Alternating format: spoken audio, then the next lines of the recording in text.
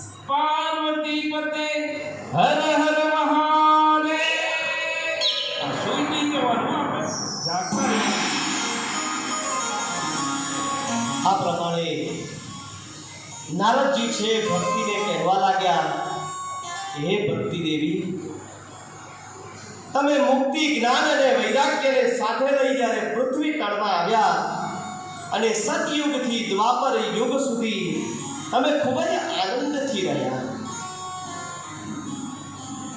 કળિયુગમાં તમારી દાસી જે મુક્તિ હતી તે પાખંડ રૂપી રોગથી પીડિત થઈ અને ક્ષીણ થવા લાગી.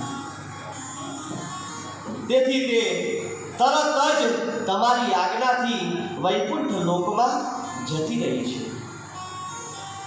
માટે જો આપણે હવે મુક્તિ મેળવવી હોય તો આ વૈકુંઠના રાજા કોણ? ભગવાન હરિ. તો હરિનું ભજન કરવું પડે. હરિનું ભજન કરો તો જ મુક્તિ પ્રાપ્ત થાય, નહીતર મુક્તિ પ્રાપ્ત થાય નહીં.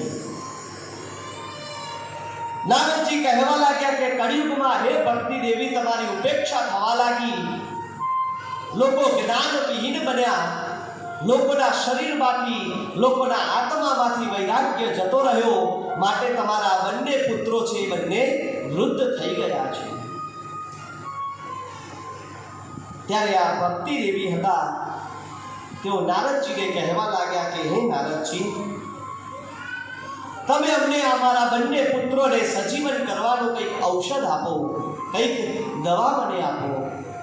ત્યારે નારદજી હતા, તેમણે આ બંનેને આગળ ઊભા રહી અને ભગવાન નારાયણનું પુરુષ સૂક્ત બોલવાનું શરૂ કર્યું. નારદજી પુરુષ સૂક્તના શ્લોકો ભણતા જાય છે. પુરુષ સૂક્ત સાંભળતા સાંભળતા આ બંને જે પુત્રો હતા એ ધીમે ધીમે સજીવન થવા લાગ્યા. જ્યાં પુરુષ સૂક્ત પૂરું થયું ત્યાં તો આ બંને ઊભા થઈ ગયા અને જેવું પુરુષ સૂક્ત બંધ કર્યું એવા તરત જ પાછા તેઓ સૂઈ ગયા.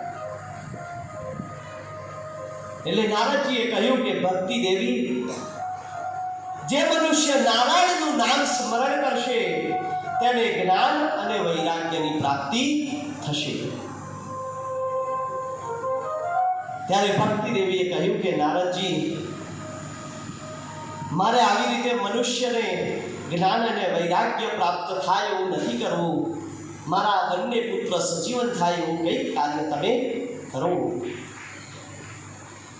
ત્યારે નારદજી હતા, તેમણે ભક્તિ દેવીને કહ્યું કે ભક્તિ દેવી, હું આ બંને સજીવન થાય તેના માટે કંઈક ઉપાય શોધું છું.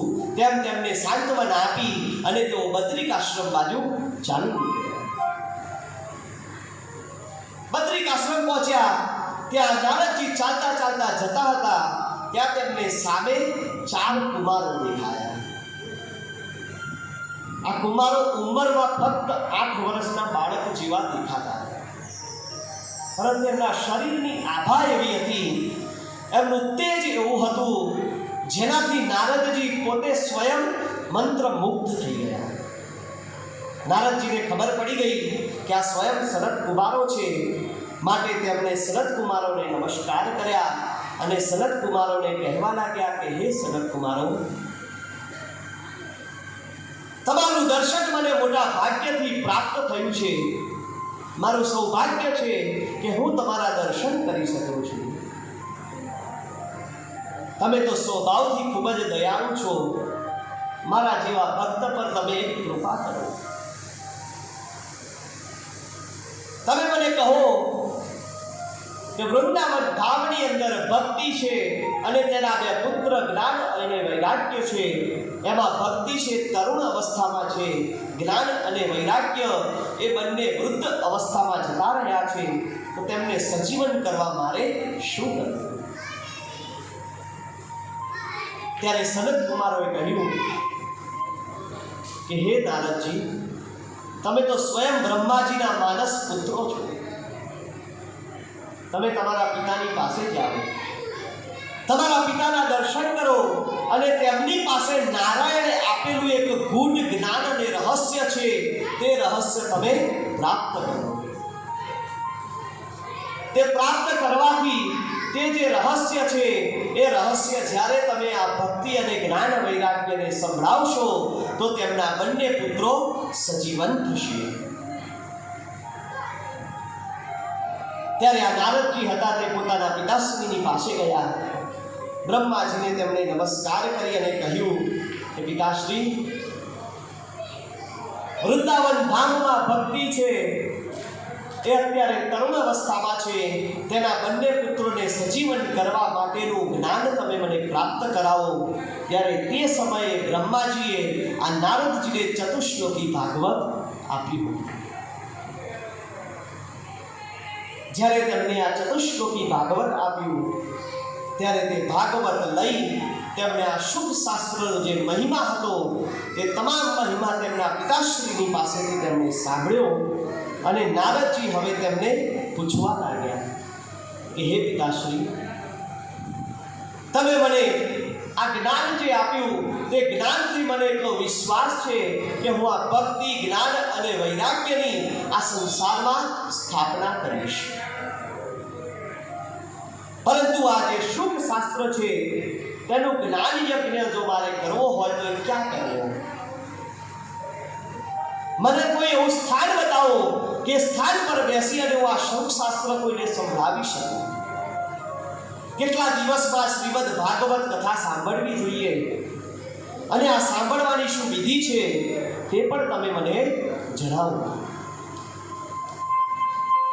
ત્યારે આજે સનકાદી હતા એ સનકાદીઓ બ્રહ્માજીના માનસ પુત્ર એવા નારદજીને કહેવા લાગ્યા કે નારદજી,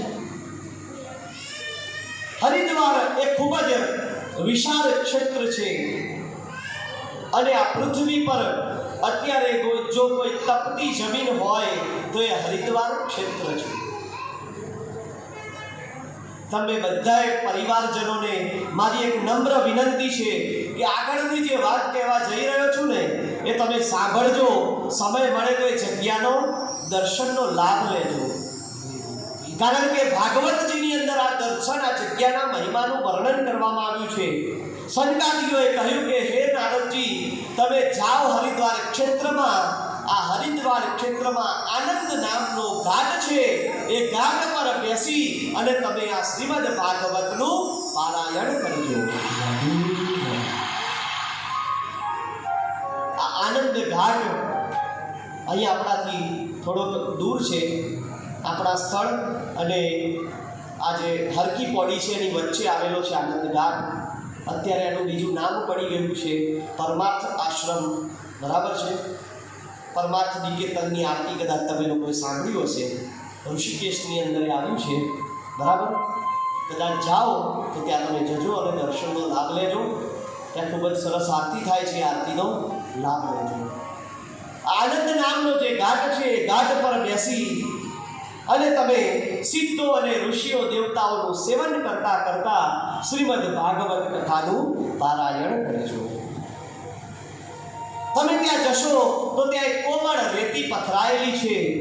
એ નદીની કોમળ રેતી પર તમે ત્યાં તમારું આસન બનાવજો અને કોઈ પણ પ્રકારનો વિશેષ પ્રયત્ન કર્યા સિવાય તમે આ જ્ઞાન યજ્ઞનું આરંભ કરજો. આમ કહી અને સનકાદી હતા તેઓ ત્યાંથી વિદાય લીધી. નારદજીએ સનકાદિકના કહેવા પ્રમાણે આનંદ ઘાટ પર આવ્યા. ત્યાં બેસી તેમણે શ્રીમદ ભાગવત કથાની શરૂઆત કરી. ભાગવતજીનું પારાયણ તેઓ કરવા લાગ્યા. જેવા તેઓ પારાયણ કરવા લાગ્યા તેવા તરત જ સિદ્ધો, ગંધર્વો, દેવતાઓ, ઋષિઓ, મુનિઓ તમામ આનંદ ઘાટ પર ભેગા થવા લાગ્યા. અચાનક ત્યાં ભક્તિ દેવી તેમના બંને પુત્રોને લઈને તેઓ પણ ત્યાં પ્રગટ થયા અને નારદજીએ એ જગ્યાએ બેસી અને શ્રીમદ ભાગવતજીનું પારાયણ શરૂ કર્યું. ગંગાત્યા સરિતસ્તત્ર પુષ્કરાદિસરાંસી ચ ક્ષેત્રાણિ ચ દિશઃ સર્વા દંડકાદિ વનાનિ ચ દીક્ષિતા નારદેનાથ દત્તમાસનમુત્તમં કુમારા વંદિતા સર્વે નિષેધો કૃષ્ણ તત્પરા. ઋષિમુનિઓ, ગંગા નદીઓ, પુષ્કર વગેરે તીર્થો, કુરુક્ષેત્ર વગેરે ક્ષેત્રો તમામ ત્યાં આવી ગયા છે અને તે વખતે કથા સાંભળવા માટે દીક્ષિત થઈ અને શ્રી કૃષ્ણ પરાયણ થઈ સનકાદી ઋષિ નારદજીએ આપેલા શ્રેષ્ઠ આસન પર વિરાજમાન થયા. સૌ શ્રોતાઓને તેમને વંદન કર્યા ઋષિગણોને તેમણે વંદન કર્યા અને ભગવાનના જય જયકારની સાથે શ્રીમદ ભાગવતજીની શરૂઆત થઈ.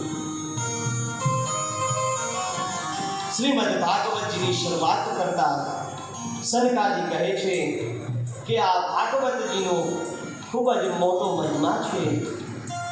તેના શ્રવણ માત્રથી પણ મુક્તિ મળી જાય છે. આ ગ્રંથમાં કુલ 18,000 શ્લોક આવેલા છે. આ ગ્રંથમાં 12 સ્કંદ આપેલા છે અને શ્રી સુખદેવજી અને પરીક્ષિતનો આ સંવાદ છે. અને આ જે સંવાદ છે તે સંવાદ સનકાદી ઋષિઓ હતા તે તમામ ઋષિઓ ભેગા થઈ અને આ ઋષિગણો સિદ્ધો ગંધર્વોને કહેવા કર્યા છે. ભાગવતજીનું મહિમા મંડન કરતા કરતા સનકાદી ઋષિ ભાગવતજીની પ્રાર્થના કરે છે. કહેવા લાગ્યા, આપો અખંડ ભુવન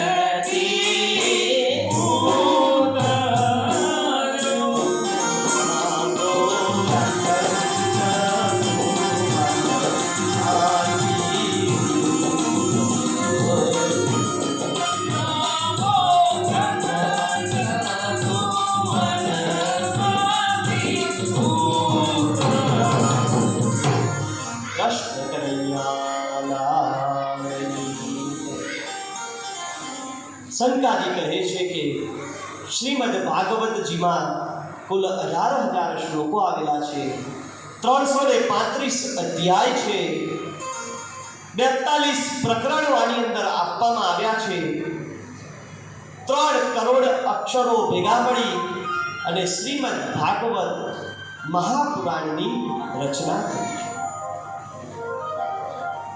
જો તમારે પરમ ગતિની પ્રાપ્તિ કરવી હોય તો તમારે ભાગવતજીના નિત્ય એક અધ્યાયનું ન શક્ય બને તો અડધાનું શક્ય ન બને તો નિત્ય એક શ્લોક, અને એક શ્લોક પણ જો શક્ય ન બને તો નિત્ય અડધા શ્લોકનું પણ જો પારાયણ કરવામાં આવે તો તે ભાગવતજી તમને મોક્ષની પ્રાપ્તિ કરાવે છે. જે મનુષ્ય આ ભાગવતજીનું રોજ જે નિત્ય પારાયણ કરે છે તેને અશ્વમેધ યજ્ઞ કરવાનું ફળ પ્રાપ્ત થાય છે. અંતકાળે જ્યારે મનુષ્ય ભાગવત કથા સાંભળે તો તેનો પરમ મોક્ષ, પરમ વૈષ્ણવની સિદ્ધિ પ્રાપ્ત થાય છે. હે નારદજી, તમે તો ઘણા બુદ્ધિમાન અને યોગનિષ્ઠ છો. ભાગવતીજી સાંભળવા માટે આમ તો કોઈ નિયમ નથી, પરંતુ તમે ચોક્કસ કોઈ હેતુથી જો ભાગવતજી સાંભળવા માંગતા હોવ તો તેની એક વિધિ બતાવી છે. આમ તો ભાગવતજીનું પારાયણ ખૂબ જ લાંબુ કહ્યું છે, પરંતુ આ કળિયુગની અંદર મનુષ્યની પાસે સમયની અછત રહેશે. મનુષ્ય નિત્ય ભક્તિમાં રહી નથી શકતો, માટે 7 દિવસના શ્રવણની સપ્તાહ વિધિ અહીં બતાવવામાં આવી છે. જે કોઈ પણ મનુષ્ય સપ્તાહ શ્રવણ 7 દિવસો સુધી ભાગવતજીનું શ્રવણ કરે છે તો તેને સંપૂર્ણપણે સપ્તાહ શ્રવણનું ફળ પ્રાપ્ત થાય છે. આમ કહી અને સૂતજી કહે છે કે હે સૌનકજી, જ્યારે સનકાદી મુનીશ્વરો આ પ્રમાણે સપ્તાહ શ્રવણનો મહિમા મંડન કરી રહ્યા હતા તે જ વખતે એક મોટું આશ્ચર્ય થવા લાગ્યું. જેમ જેમ શ્લોકો બોલાતા જાય તેમ તેમ આ ભક્તિના જે બે દીકરા હતા, જ્ઞાન અને વૈરાગ્ય, એ બંને ધીમે ધીમે હવે યુવાન થવા લાગ્યા. થોડો સમય તો જ્યાં વ્યતીત થયો ત્યાં તો બંને યુવાન થઈ ગયા અને તેઓ તારુણાવસ્થા પામેલા બંને પુત્રોને સાથે લઈ અને ભક્તિ પોતાના ભગવાનનું નામ લેતી લેતી ત્યાંથી વિદાય થઈ. જતા જતા ભક્તિ કહેવા લાગી કે પ્રભુ, આ કળિયુગમાં હું નષ્ટ પ્રાય થવા લાગી છું. લોકો મને ભૂલવા લાગ્યા છે. તમે મને આ કથામૃતનું સિંચન કરી અને ફરીથી સજીવન કરી છે. મારા બંને પુત્રોને પણ તમે સજીવન કર્યા છે, તો હવે તમે મને રહેવાનું સ્થાન બતાવો. ત્યારે આવું સાંભળ્યું ત્યારે સનકાદી કહેવા લાગ્યા કે હે ભક્તિ દેવી, અમને ખબર છે કે આ કળિયુગમાં હવે તમે નાશ પ્રાય થવા લાગ્યા છો, પરંતુ હું તમને કહું છું કે તમે ભક્તોના હૃદયમાં જઈ અને વાસ કરો. અને ત્યારથી ભક્તિ દેવી ભક્તોના હૃદયમાં જઈ અને વિરાજિત થયા. ભાગવતીજી કહે છે કે જે ભક્તિથી ભગવાન શ્રી કૃષ્ણનું ભજન કરે છે તેને હંમેશા જ્ઞાન પ્રાપ્ત થાય છે, અને જેને જ્ઞાન પ્રાપ્ત થાય તેને વૈરાગ્ય પ્રાપ્ત થાય છે, અને આ વૈરાગ્ય એ જ મોક્ષની સરળમાં સરળ સીડી કહી છે.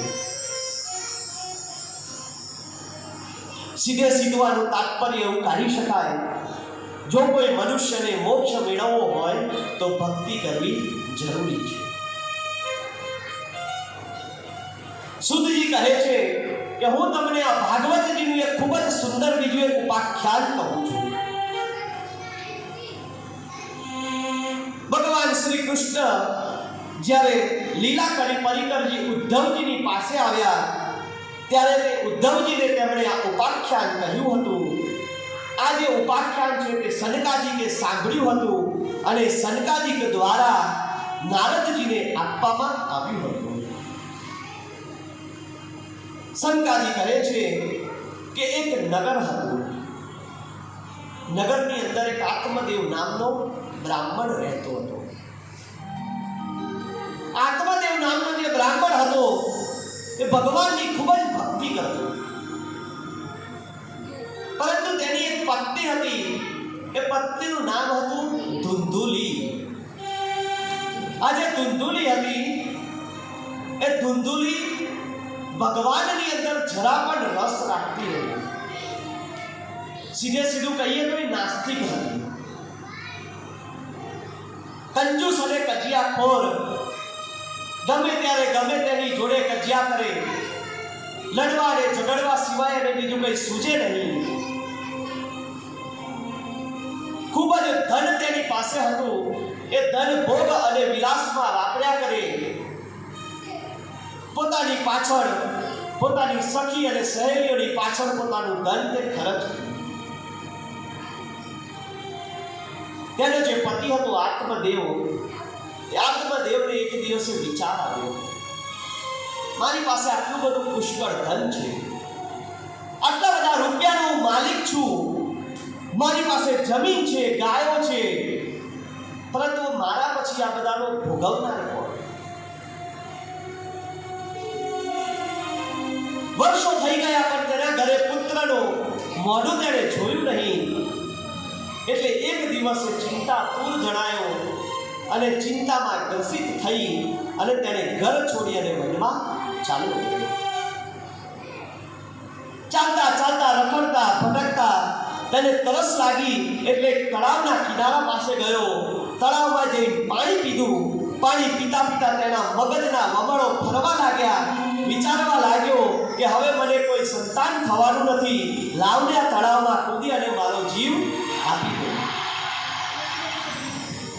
જેવો તળાવમાં પડી અને મરવાની તૈયારી કરે ત્યાં તો તેની પાસે એક મહાત્માજી આવ્યા. મહાત્માજી આવી અને કહ્યું કે હે વિપ્ર, તારા શરીર અને તારા વસ્ત્રો પરથી તું એક બ્રાહ્મણ લાગુ છું, અને બ્રાહ્મણ તો આ સંસારને અરીસો દેખાડનાર વ્યક્તિ છે.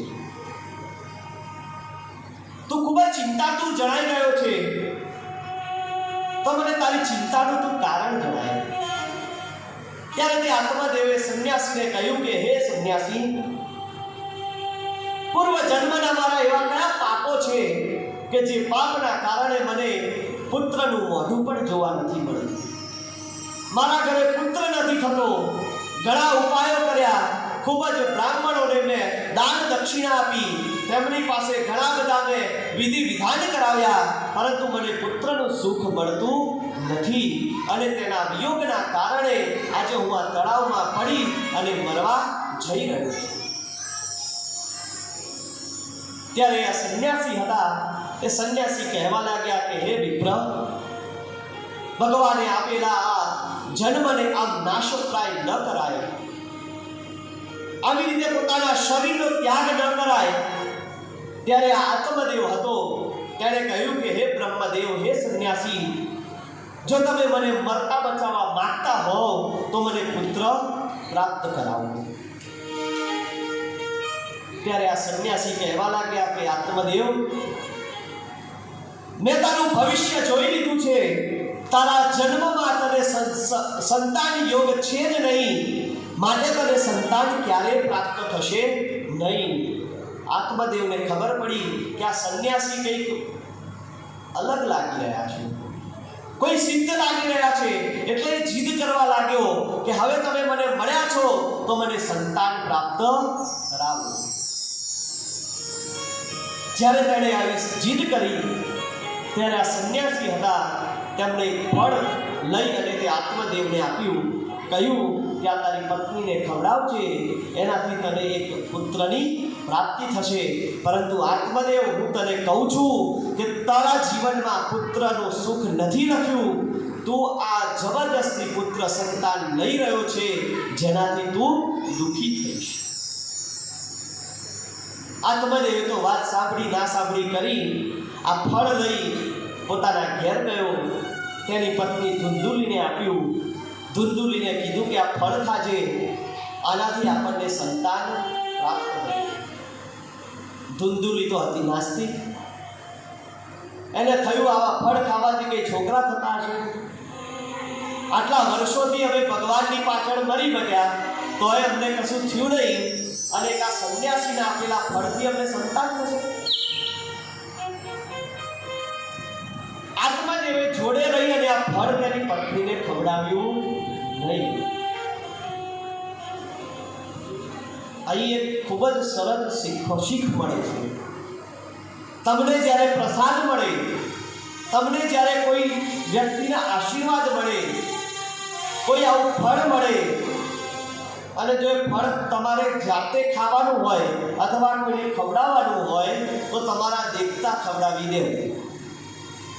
આપી દીધા પછી એનું શું થાય એ તમને કે મને ખબર પડે નહીં. અને અહીંયા પણ એવું થયું.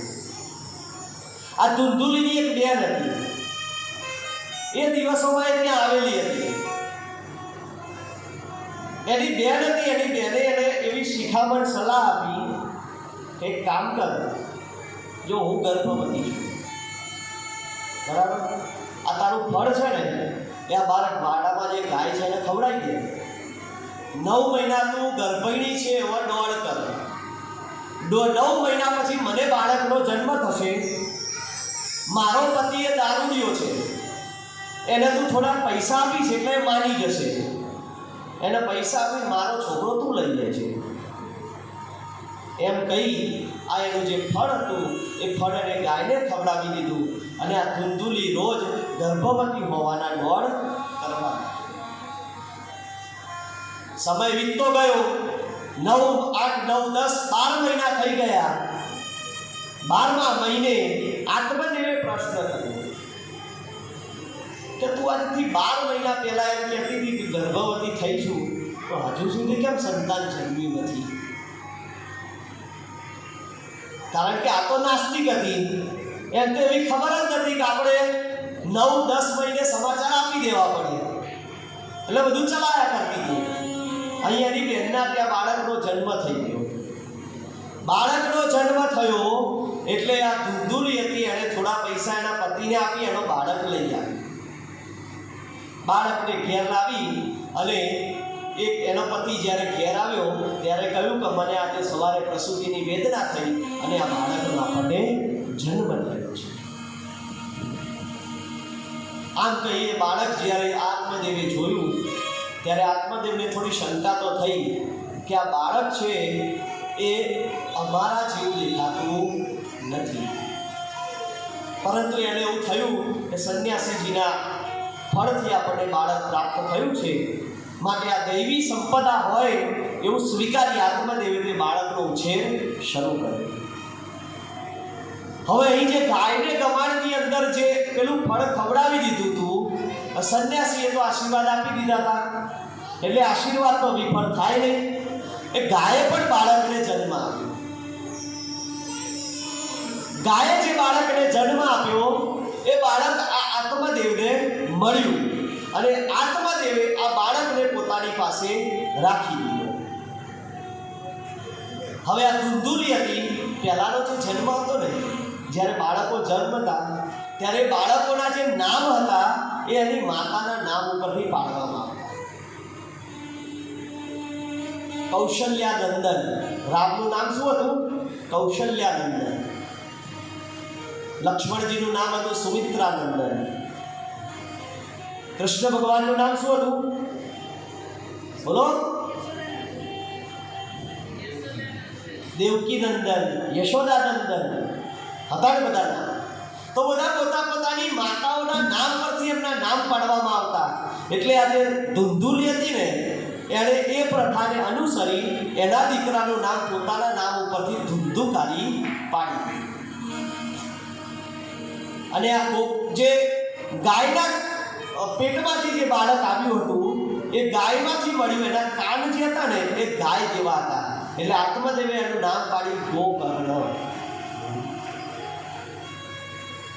હવે જે આ ગોકર્ણજી હતા ને એ સંન્યાસી આપેલા ફળમાંથી ઉત્પન્ન થયા અને એનું 9 મહિના સેવન ગાયે કર્યું હતું, 12 મહિના સેવન.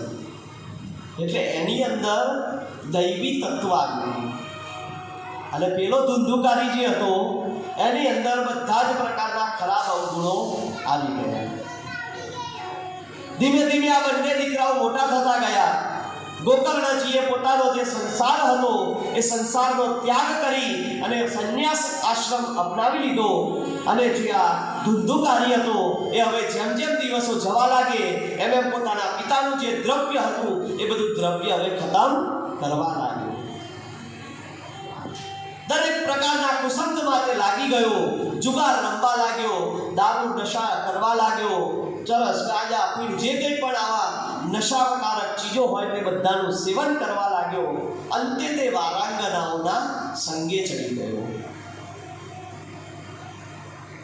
ધીમે ધીમે ધીમે તેણે પોતાના ઘરની અંદર રહેલા તમામ વસ્તુ ચીજ વસ્તુઓ વેચી મારી અને તેનાથી બધી વસ્તુઓ લઈ તે વારાંગનાઓને આપી દે. એના પિતાજી જે હતા આત્મદેવ પણ સમય આવ્યો એટલે ઘર છોડી અને જતા રહ્યા. આજે ધુંધુકારી હતો તે તેની માને પણ મારવા લાગ્યો, પરંતુ તેની માં તો નિરાધાર બની ગઈ હતી. એટલે આ નિરાધારનો આશરો એનો દીકરો છે એમ સમજી તે રહેવા લાગી. પરંતુ એક દિવસ આ ધુંધુકારી એટલો બધો દુષ્ટ બન્યો કે એણે એની માને મારી અને ઘરમાંથી કાઢી દીધી. પેલી જે વારાંગનાઓના સંગમાં રહેતો એ વારાંગનાઓને ઘરે લઈ આવ્યો. રોજ વારાંગનાઓ નવી નવી ચીજ વસ્તુઓ માગે અને આ લાઈ અને આપતો. એક દિવસે બધું વસ્તુઓ વેચાઈ ગઈ ત્યારે તેણે રાજાના ખજાનામાં ચોરી કરી. ચોરીને બધું ધન લાવી, સોના ચાંદી દાગીના બધું વારાંગનાઓને આપ્યું. વારાંગનાઓને ખબર પડી કે આ રાજા પાસેથી ચોરી લાવ્યો છે. જો રાજાને ખબર પડશે કે આપણને આ ચોરેલું દ્રવ્ય અહીંયા છે તો આને તો પકડી જશે, પણ જોડે અમને પણ બધાને લઈ જશે. એટલે આ વારાંગનાઓએ ધીમે ધીમે એને ઝેર આપવાનું ચાલુ કર્યું.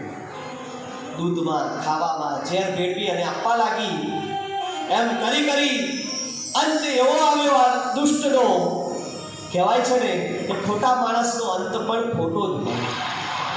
આ વારાંગનાઓ ધીમે ધીમે આને એટલી રીતે પ્રતાડિત કરવા લાગી, રોજ આને મારવા લાગી.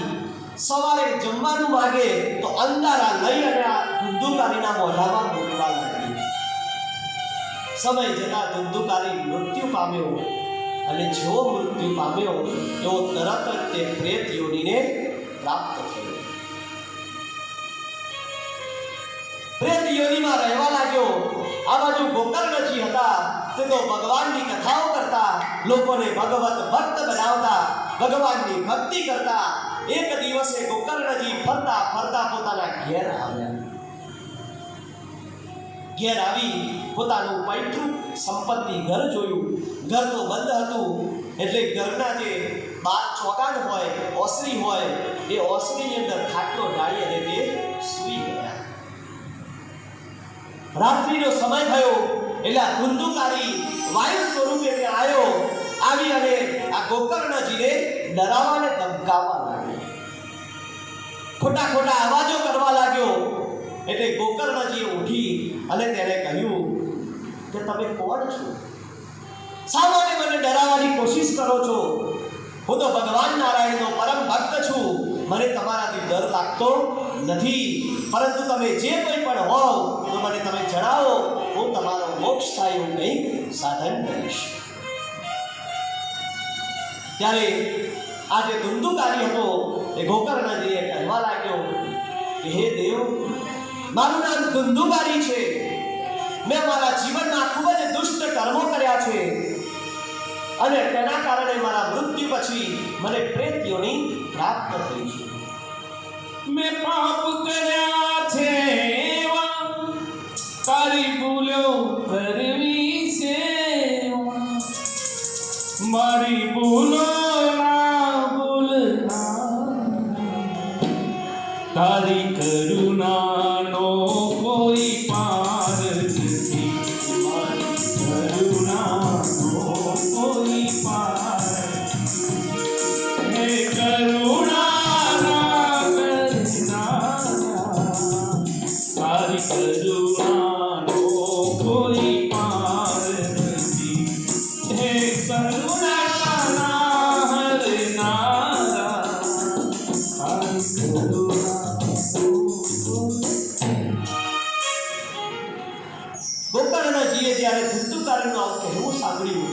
ત્યારે ગોકર્ણજીને આશ્ચર્ય થયું. ગોકર્ણજી કહેવા લાગે કે ભાઈ, હું તો તારો ભાઈ છું. તારા અને પિતાજી અને માતાજીનો મોક્ષ થાય એના માટે મેં તો તીર્થોની અંદર શ્રાદ્ધ કર્યા છે, તર્પણ કાર્યો કર્યા છે, ગયા જેવા ક્ષેત્રોમાં મેં તમારું તર્પણ અને પૂજન કરાવ્યું છે, તો પણ તમને કેમ મોક્ષ ન મળ્યો? ત્યારે આ ધુંધુકારીએ કહ્યું કે ભાઈ, મારા કર્મો એટલા ખરાબ હતા કે મને તમારા તર્પણ કે તમારા શ્રાદ્ધ દ્વારા મને મોક્ષ મળે તેમ નથી. હે ભાઈ, હું અત્યારે એટલો બધો પીડાઉં છું, આ પ્રેત યોનિમાં હેરાન થાઉં છું, એટલે મારો તમે મોક્ષ થાય એવું કંઈક સાધન કરો. ત્યારે ગોકર્ણજી કહે છે કે ભાઈ, હું ચિંતા ના કરીશ, તારો મોક્ષ થાય એવું હું જરૂરથી કંઈક સાધન કરીશ. તેમ કહી બીજા દિવસનો સૂરજ ઉગ્યો. ગોકર્ણજીના ઈષ્ટદેવ ભગવાન સૂર્ય હતા, તેથી તેમણે સૂર્યદેવની આરાધના કરી. સૂર્યદેવને પૂછ્યું કે હે સૂર્યદેવ, મારા ભાઈનું મોક્ષ થાય એવું કોઈ સાધન મને બતાવો. ત્યારે સૂર્યદેવે કહ્યું કે ગોકર્ણજી, તમે શ્રીમદ ભાગવત કથાનું પારાયણ કરો. આ પારાયણમાં તમારા ભાઈને કહેજો કે વાયુ સ્વરૂપે ત્યાં આવી વિરાજિત થાય, 7 દિવસ સુધી કથાને સાંભળે અને અંતે એક ચિત્ત અને જ્ઞાનથી જો કથા સાંભળશે તો તેનો જરૂર મોક્ષ થશે. સૂર્યદેવ પાસેથી આવું જ્ઞાન મેળવી ગોકર્ણજી પોતાના ગામ પાછા આવ્યા. વ્યાસ ગાદી બનાવી, ગામ લોકોને કહેલ કેવડાવ્યું, મારા ઘરે ભાગવત કથાજીનું પારાયણ છે, મારા ઘરે શ્રીમદ ભાગવત કથા થવાની છે, આપ સૌ પધારો. પોતાના ભાઈને પણ નિમંત્રણ આપ્યું. ત્યારે વ્યાસ ગાદી બનાવવામાં આવી, ગ્રામજનો બેઠા છે અને જ્યારે ભાગવતજીની શરૂઆત કરવાની હતી ત્યારે ધુંધુકારી આવી અને ગોકર્ણજીને પ્રશ્ન કર્યો કે ગોકર્ણ, હું તો વાયુ સ્વરૂપ છું, હું ક્યાં બેસું? જો અહીંયા લોકોની સામે બેસીશ તો આ એક જ ભયભીત થઈ અને કોઈ તારી જોડે નહીં ઊભું રહે, માટે મને તું સ્થાન બતાવ. ત્યારે ગોકર્ણજી હતા, ખૂબ જ બુદ્ધિશાળી હતા. તેમણે 7 ગાંઠોવાળો એક વાંસનો ટુકડો લીધો, તેની સ્થાપના કરી. ગોકર્ણજીએ કહ્યું કે તું આ વાંસના ટુકડાની અંદર આવી જા અને તારો ત્યાં વાસ કર. અને તે દિવસથી વાસની અંદર ભૂત અને પ્રેતોનો વાસ રહ્યો છે. સર્પનારાયણ વાસની અંદર ખૂબ જ ફરતા હોય છે. એનું મુખ્ય કારણ આ છે કે ત્યાં પ્રેતોનો વાસ રહેલો હોય છે. માટે શાસ્ત્રો છે ને ખૂબ જ દીર્ઘ છે. આપણા ઋષિમુનિઓ હતા ને બહુ હોશિયાર હતા. આપણે દરેક વસ્તુ જોઈ વિચારી અને આપણા શાસ્ત્રોની અંદર મૂકી આપણને પીરસ્યું છે. એ લોકોએ કહ્યું કે ઘરના કિનારે, ઘરના દ્વાર આગળ ક્યારેય વાંસ ઉગાડવો નહીં. કેમ નહીં ઉગાડવો? એનું કારણ આ, પિતૃઓ પ્રેતોનો વાસની અંદર વાસ રહેલો છે, માટે આપણા ઘર આગળ ક્યારેય વાંસ ઉગાડાય નહીં. વાંસની અંદર એમણે બેસવાનું કહ્યું. ગોકર્ણજીએ મંગલાચરણ સાથે ભાગવતજીની શરૂઆત કરી. જેવી ભાગવતજીનું મંગલાચરણ કર્યું એવા તરત જ ધુંધુકારી હતો તે આ વાંસના કટ્ટામાં આવીને બેસી ગયો. ધીમે ધીમે આખો દિવસ ભાગવતજીનું સ્મરણ થયું, પૂજન થયું, ભજન કીર્તન થયું. જ્યાં સાંજ પડી ભગવાન કૃષ્ણ કનૈયાની જય બોલી અને આશ્ચર્યજનક વાત કરી. આખા ગામવાળાએ જોયું, વાંસની જે 7 ગાંઠો હતી એમાંની એક ગાંઠ તૂટી ગઈ. બીજા દિવસે બીજો દિવસ આવ્યો. સવારથી સાંજ સુધી ભાગવત કથા થઈ. બીજા દિવસે બીજો કટકો, ત્રીજા દિવસે ત્રીજો, ચોથા દિવસે ચોથો, 5મો, 6મો અને 7મા દિવસે 7મો જ્યારે કટકો થયો ત્યારે વાંસ હતો એ ફાટી ગયો અને એમાંથી એક દિવ્ય તેજ પુંજ બહાર આવ્યું. બોલો કૃષ્ણ કનૈયા. આકાશની અંદર ગામજનોએ જોયું તો દિવ્ય વિમાનો આવેલા હતા.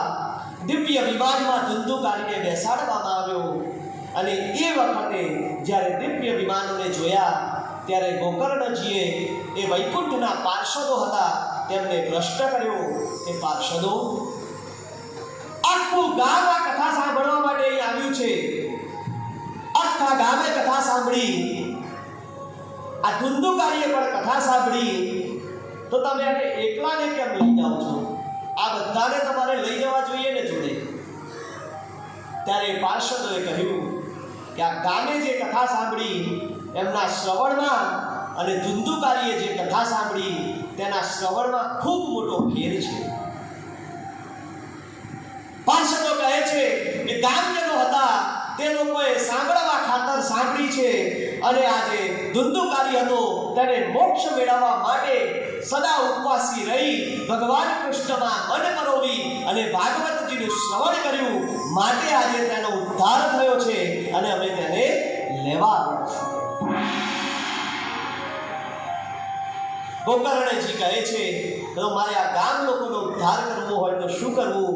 ત્યારે પાર્ષદોએ કહ્યું કે તમે ફરીથી કથાનું આયોજન કરો અને ગામ લોકોને કહો કે તમે શ્રદ્ધા અને ભક્તિથી કથાનું શ્રવણ કરજો. અને તે જ પ્રમાણે ગોકર્ણજીએ પાર્ષદોના કહેવા પ્રમાણે ભાગવત કથાનું આયોજન કર્યું. ફરીથી ગામ લોકોને તેડાવ્યા અને જ્યારે કથા પૂરી થઈ ત્યારે હજારોની સંખ્યામાં દિવ્ય વિમાનો ત્યાં આવ્યા અને આખા એ ગામવાળાને જીવતા જીવ મોક્ષની પ્રાપ્તિ કરાવી. બોલો શ્રી ભાગવત ભગવાન.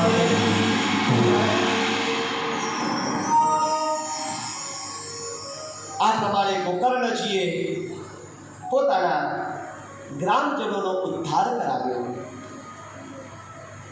સનકાદી ઋષિઓ કહે છે કે હે નારદજી, આ ગોકર્ણ ઉપાખ્યાન છે, આ ઉપાખ્યાન જે સાંભળે છે તે અતિ પતિત હોય તો પણ પાવન બને છે, પાપી હોય નરકગામી. નરકગામી એટલે કોણ? કે જે ગમે તેવું સદકાર્ય કરશે ને હવે તો પણ નરકમાં જ જશે, એને નરકગામી કહેવાય. આ ધુંધુકારી હતો ને નરકગામી કહેવાય.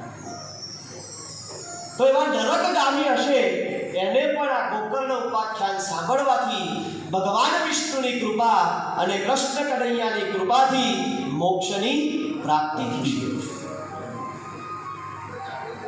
નારદજી કહે છે કે પ્રભુ, હું તો ધન્ય છું, તમે કરુણા કરી મને ઘણો અનુગ્રહિત કર્યો છે.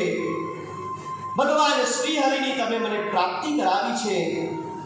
હે પ્રભુ, તમે મને જે આ કથાનો મહિમા સંભળાવ્યો, આ મહિમા ખૂબ જ સુંદર છે. હે પ્રભુ, તમે મને ધન્ય ધન્ય કરી નાખ્યો છે.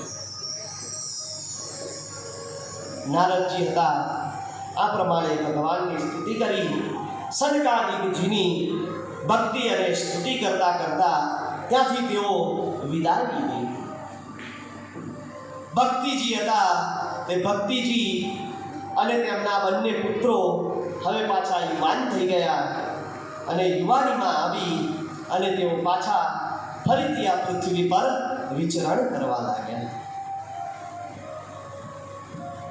સુતજી છે તે શૌનકાદિક ઋષિઓ છે તે શૌનકાદિક ઋષિઓને કહેવા લાગ્યા, ભાગવતજીનો આ ખૂબ જ સુંદર મહિમા છે અને આ મહિમા મંડન મેં તમને કર્યું અને હવે સુતજી શ્રીમદ ભાગવત મહાપુરાણની શરૂઆત કરી રહ્યા છીએ. આવો આપણે સૌ ભેગા થઈ ભગવાન શ્રી કૃષ્ણમાં મન જોડી ભાગવતજીના પ્રથમ સ્કંદ જેની શરૂઆત થવા જઈ રહી છે તો એ પ્રથમ સ્કંદની શરૂઆત કરીએ. કૃષ્ણ કનૈયા રાધા માધવ સુંદર શ્યામ દેવકી નંદન શ્રી ઘનશ્યામ યશોદાનંદન નંદ કિશોર જય મુરલીધર માધવ રાધા માધવ સુંદર શ્યામ દેવકી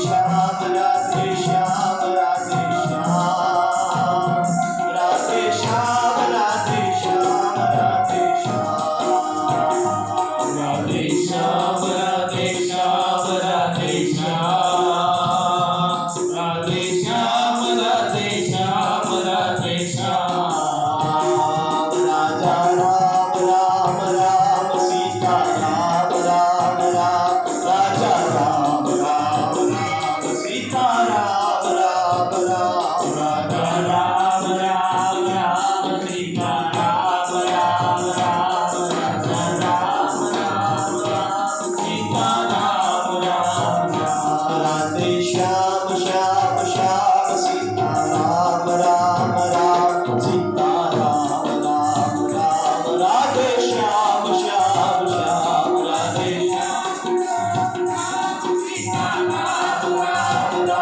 રાધે શ્યામ શ્યામ શ્યામ સીતારામ રામ રામ જન્માન્યસ્ય યતોન્વયાતિ તરત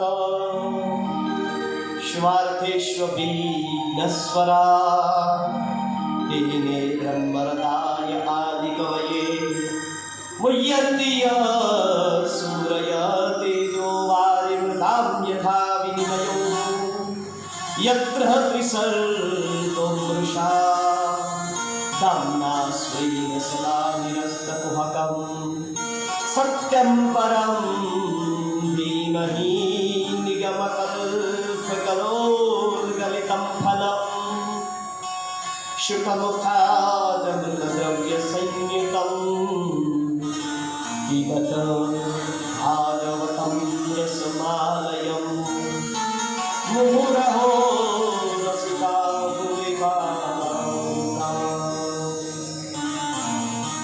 मुहुरहो रसिका भुविभावता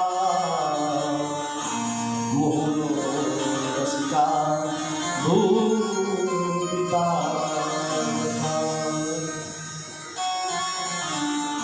श्रीमद् भागवत महापुराण अंतर्गत દ્વાદશ સ્કંદમાંના પ્રથમ સ્કંદની અહીં શરૂઆત કરવા જઈ રહ્યા છીએ. પ્રથમ સ્કંદમાં શુદ્ધજી છે એ શૌનકાદી ઋષિઓને કહે છે જેમના થકી આ સૃષ્ટિનું સર્જન થયું છે, જેમના થકી આ સૃષ્ટિનું પાલન થઈ રહ્યું છે અને જેમના થકી આ સૃષ્ટિનું વિનાશ થશે એવા કારણ કાર્ય રૂપ બધા જ પદાર્થોમાં અનુગત તેમ છતાં પણ પૃથક પૃથક એવા ભગવાન શ્રી કૃષ્ણને હું નમન કરું છું. જેમ તેજોમય સૂર્યના રશ્મિમાં જળનો અને જળમાં સ્થળનો, સ્થળમાં જળનો ભ્રમ થાય છે, તેવી જ રીતે આ ત્રિગુણમય સૃષ્ટિ મિથ્યા હોવા છતાં પણ જેમ સત્તાથી સત્વવત પ્રતીત થાય છે તેવા પરમાત્માનું આપણે ધ્યાન કરીએ છીએ. સુદજી કહે છે એક વખતે ભગવાન શ્રી વિષ્ણુ અને દેવતાઓના પરમ પુણ્યમય ક્ષેત્ર નૈમિષારણ્યમાં શૌનકાદી ઋષિઓને ભગવાન પ્રાપ્તિની ઈચ્છાથી એક યજ્ઞ કર્યો. આ જે યજ્ઞ હતો એ 1000 વર્ષે પૂરો થવાનો હતો. આ મહાન યજ્ઞનું અનુષ્ઠાન તેમણે કર્યું અને એક દિવસે ઋષિઓએ પ્રાતઃકાળે અગ્નિહોત્ર કાર્ય પૂર્ણ કર્યું અને તે પૂર્ણ કરી સૂતજી બેઠા હતા અને તે સમયે સૂતજીને તેમણે પ્રશ્ન કર્યો કે હે પ્રભુ, તમે તો ધર્મના રક્ષક છો, ધર્મ ધ્વજ વાહક છો. હે સૂતજી, સર્વ પ્રભુ પોતાની યોગ માયાથી સ્વચ્છંદ લીલા કરે છે અને તે શ્રી હરિની આ લીલાઓનું વર્ણન અમે સાંભળવા ઈચ્છીએ છીએ. આ કળિયુગમાં ભગવાનની આ લીલાઓ અમને સાંભળવાથી ભગવાન પ્રાપ્તિની અમને ઈચ્છા છે. માટે હે પ્રભુ, તમે અમને આ ભગવત પ્રાપ્તિ થાય તેના માટેનું સુગમ સાધન તમે અમને જણાવો. ત્યારે સૂતજી કહે છે કે હે ઋષિજનો, સમસ્ત સમાજના કલ્યાણ માટે તમે આ ખૂબ જ સુંદર પ્રશ્ન કર્યો છે. આ પ્રશ્નથી જ મારું હૃદય કૃતકૃત્ય થઈ ગયું. હે ઋષિઓ, પ્રકૃતિના જે 3 ગુણો છે, સત્વ, રજ અને તમ, આ 3 ગુણોને સ્વીકારી સંસારની ઉત્પત્તિ, સ્થિતિ અને લય, આ 3 માટેના જે અદ્વિતીય પરમાત્મા બ્રહ્મા, વિષ્ણુ અને રુદ્ર એમ નામ તેઓ ધારણ કરે છે. અને આ જ્ઞાન બ્રહ્મ સ્વરૂપથી ભગવાન શ્રી કૃષ્ણની પ્રાપ્તિ થાય છે. સુતજી કહે છે ભગવાને સૌ પ્રથમ આ સૃષ્ટિનો જ્યારે આરંભ કરવાનો હતો તે વખતે ભગવાનના નાભી કમળમાંથી એક કમળ ઉત્પન્ન થયું અને તે કમળમાંથી બ્રહ્માજી ઉત્પન્ન થયા. તે બ્રહ્માજીએ સૌ પ્રથમ 4 પુત્રોને જન્મ આપ્યો. એ 4 પુત્રો હતા સનક, સનંદન, સનાતન અને સનત કુમારો. આ 4 બ્રાહ્મણોના રૂપમાં તેમણે અવતાર લીધો અને જ્યારે બ્રહ્માજીએ તેમને કહ્યું કે હે પુત્રો, હવે તમે આ સૃષ્ટિનું સર્જન વધારો, ત્યારે આ સનત કુમારોએ કહ્યું કે પિતાજી, અમે તો મોક્ષગામી છીએ, માટે અમે આ સંસારમાં પડવા માંગતા નથી. ત્યાર પછી ભગવાને બીજી વાર જ્યારે આ પૃથ્વી જળલોકમાં જતી રહી ત્યારે તેને બહાર કાઢવા માટે વરાહ અવતાર લીધો. ત્યાર પછી દેવર્ષિ નારદના રૂપમાં તેમણે ત્રીજો અવતાર ધારણ કર્યો અને તેમણે સાત્વત તંત્રનો ઉપદેશ આપ્યો, જેને નારદ પાંચરાત્ર કહે છે. ત્યાર પછી તેમણે ધર્મની પત્ની મૂર્તિના ગર્ભથી સિદ્ધોના સ્વામી એવા નર નારાયણ રૂપે અવતાર લીધો. ત્યાર પછી તેઓએ 5મા અવતાર સ્વરૂપે કપિલ અવતાર લીધો. 6થો અવતાર તેમણે અનસુયાના ગર્ભથી દત્તાત્રેય ભગવાનનો લીધો.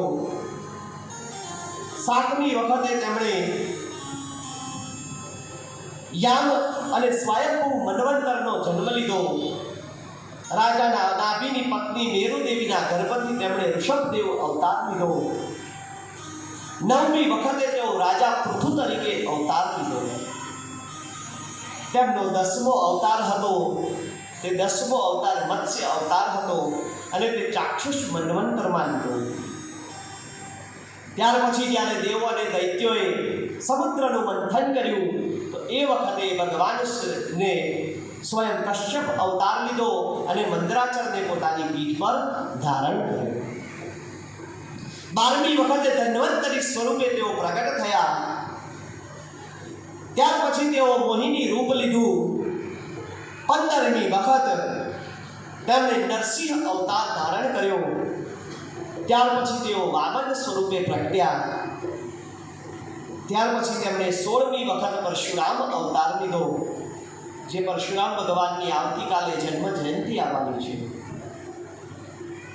17મો અવતાર તેમણે પરાશરજીનો લીધો. ત્યાર પછી તેમણે રામ અવતાર લીધો. રામ અવતાર લીધા પછી તેમણે 19મા અને 20મા અવતાર તરીકે સ્વયં બલદેવ અને કૃષ્ણ અવતાર લીધો. ત્યાર પછી તેમણે બીજા 3 તેમના અંશાવતાર લીધા અને અંતે તેમનો 24મો અવતાર એ ભારતના મગધ રાજ્ય એટલે કે બિહારમાં કલ્કી અવતાર ધારણ કરશે. આ બધા જ અવતારો એ ભગવાનના અંશાવતાર છે. આ ભગવાનના કલાવતાર છે અને તે અવતારોનું સૂક્ષ્મ એવું વર્ણન ભાગવતજીમાં કરેલું છે. સુતજી કહે છે આ તમામ અવતારોની વિસ્તૃત કથા એટલે જ આ ભાગવત કથા છે. આમ કહી ભગવાન ભાગવતજીને નમસ્કાર કરી અને શૌનક ઋષિ હતા તેમણે ભાગવતજીની શરૂઆત કરી.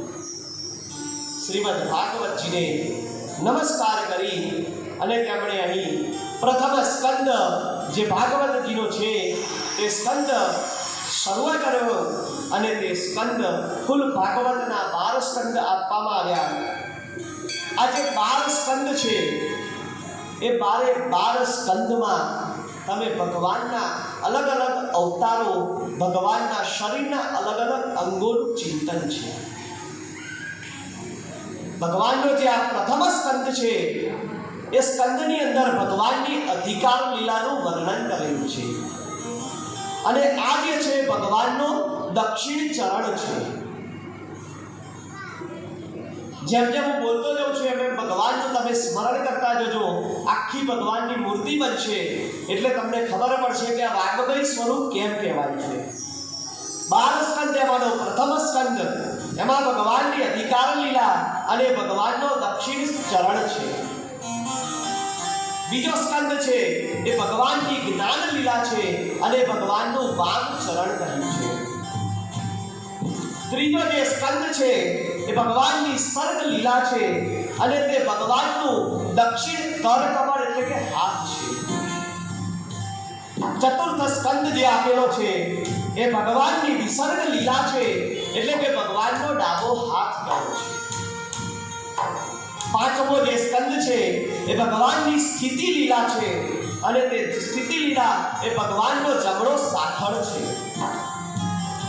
છઠ્ઠો સ્કંદ એ ભગવાનની પુષ્ટિ લીલા છે અને તે ભગવાનનું વામ એટલે કે ડાબું સાથળ છે. સાતમો સ્કંદ એ ભગવાનની ઉતિ લીલા છે અને તેમાં ભગવાનના જમણો હાથ છે. આઠમો જે સ્કંદ છે ભગવાનની મન્વંતર લીલા એ ભગવાનનું દક્ષિણ સ્તન છે. નવમો સ્કંદ એ ઈશાન કથાનું વર્ણન છે અને તે ભગવાનનું વામ સ્તન આપ્યું છે. અને જ્યાં ભાગવતનું હૃદય, જે હૃદય એટલે ભગવાન કૃષ્ણના અવતારની કથા, ભગવાન કૃષ્ણના જન્મની કથા, ભગવાનની બાળ લીલાઓની કથા, એ દસમ સ્કંદ એ ભગવાનનું હૃદય કહ્યું છે. 11મો જે સ્કંદ છે એ ભગવાનની મુક્તિ લીલા કહી છે અને ભગવાનનો બાલ પ્રદેશ એટલે કે લલાટ છે. અને જે છેલ્લો 12મો જે સ્કંદ છે એ ભગવાનની આશ્રય લીલા છે અને કે આશ્રય લીલા એટલે ભગવાનનો ડાબો હાથ છે. આ પ્રમાણે ભગવાનનું આખું વાંગમય સ્વરૂપ બને છે અને આ સ્વરૂપનું ચિંતન કરતા કરતા જો આ ભાગવત કથાનું શ્રવણ કરવામાં આવે તો એ મનુષ્યના તમામ મનોરથ પૂર્ણ થાય છે. આ ભાગવતજીનો આવો મહિમા છે. ભાગવતજીના આ મહિમાની સાથે પ્રથમ સ્કંદના પહેલા અને બીજા અધ્યાયની આ કથાની સાથે આજના પ્રથમ દિવસનો આપણે વિરામ જાહેર કરીએ છીએ. આજનો આ વિરામ સૌ કોઈ દરેકને મારા વ્યાસપીઠ પરથી એક નમ્ર નિવેદન છે. કથા ચાલુ થાય, આરતી થઈ જાય પછી કોઈ વ્યાસજીની પ્રદક્ષિણા, વ્યાસપીઠની પ્રદક્ષિણા કરવા આવતા નહીં. કથા પૂરી થઈ જાય, આરતી પતી જાય પછી જેને પ્રદક્ષિણા કરવી હોય પ્રદક્ષિણા કરી શકે છે. અથવા સવારે કોઈને વહેલા પ્રદક્ષિણા કરવી હોય તો ભાગવતજીની આરતી થાય એના પહેલાં દરેકે કથાની પ્રદક્ષિણા કરી લેવી. એ પછી ચાલુ કથામાં કોઈએ પ્રદક્ષિણા કરવી નહીં, કારણ કે એ પ્રદક્ષિણા કરવાથી કથામાં ભંગ પડે અને ભંગ કર્યાથી તમને કથા ભંગનું દોષ લાગે છે. આ દોષ ના લાગે એના માટે તમને મારી કરબદ્ધ નિવેદન છે કે તમે ભાગવત કથાની આરતી થાય પહેલાં અને આરતી પતી જાય એ પછી જેને પ્રદક્ષિણા કરવી હોય એ કરી શકે છે. ભાગવતજીની કથા, આ શ્રીમદ ભાગવતજી એટલે સ્વયં ભગવાન કૃષ્ણ અહીં બિરાજમાન છે. આ વ્યાસપીઠનું ખૂબ જ મહત્ત્વ કહેલું છે.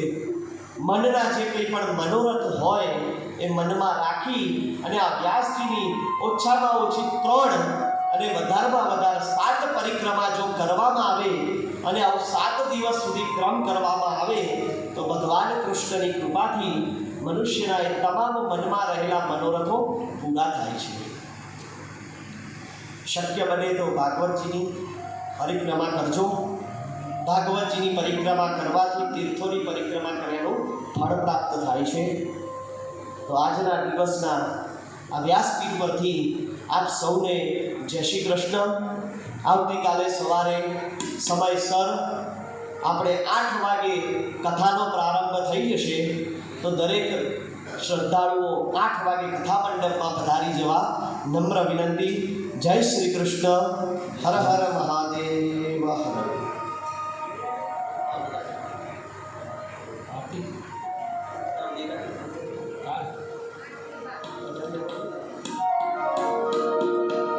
એનું નહીં થોડું આનંદ કરવો હોય પગ બરાબર થાકી ગયા હોય બેઠે બેઠે તો ઊભું થવું છે ને થોડી વાર ગરબા કરવાથી નહીં તો તાળી પાડીને થોડા ભજન કરવા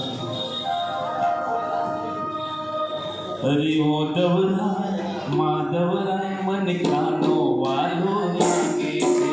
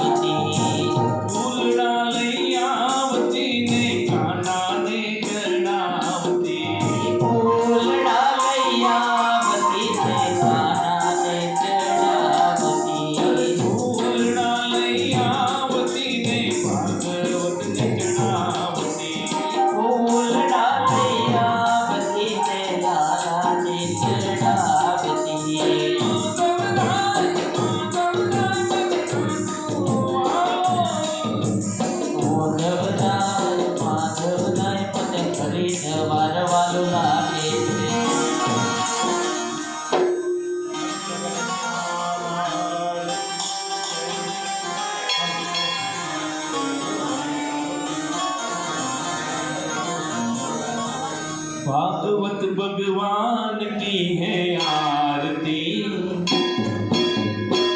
पापियों को पाप से धो डालती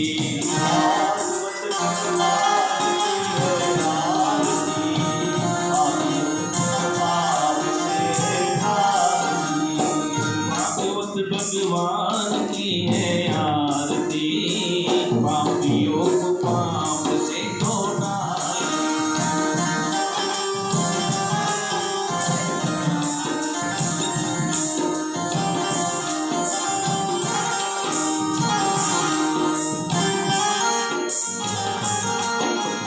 अमर ग्रंथ ये पंचम वेद निराला है जग ज्योति जगाने वाला है अमर ग्रंथ ये पंचम वेद निराला है जग ज्योति जगाने वाला है हरि नाम यही हरि नाम यही हरि नाम यही हरि नाम यही जग के मंगल की आरती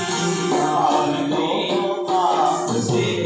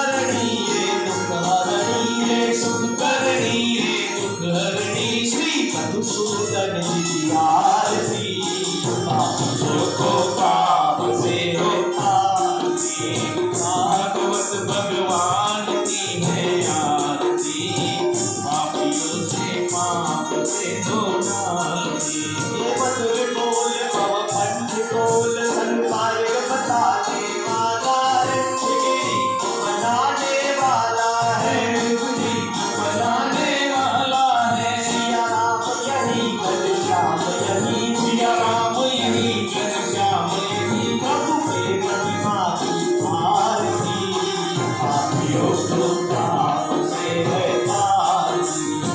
भागवत भगवान की है आरती, पापियों को पाप से दो नारती। भागवत भगवान की है आरती, पापियों को पाप से है तारती।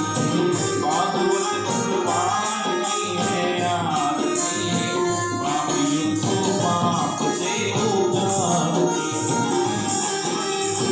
पापियों को पाप से है तारती। पापियों को पाप से उगारती। कर्पूर गौरम करुणावतारम संसार सारम भुजगेन्द्रहारम सदावसन्तं हृदयारविन्दे भवं भवानी कृष्णस्मरामि। हे मङ्गलप्रभाय विष्णुमङ्गलप्रदज्जा मङ्गलपुण्डरीकमङ्गलाय सर्वहरि सर्वमङ्गले प्रिये सर्वसाधिके प्रणतम्बके योनि नारायण नमोस्तुते।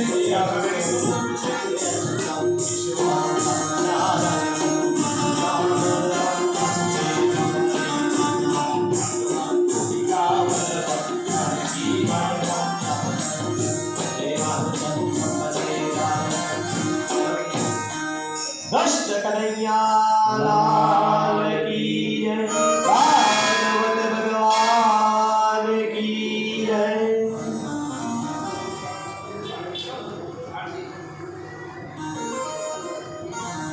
आज સૌને જય શ્રી કૃષ્ણ, કાલે વેલાય આવજો।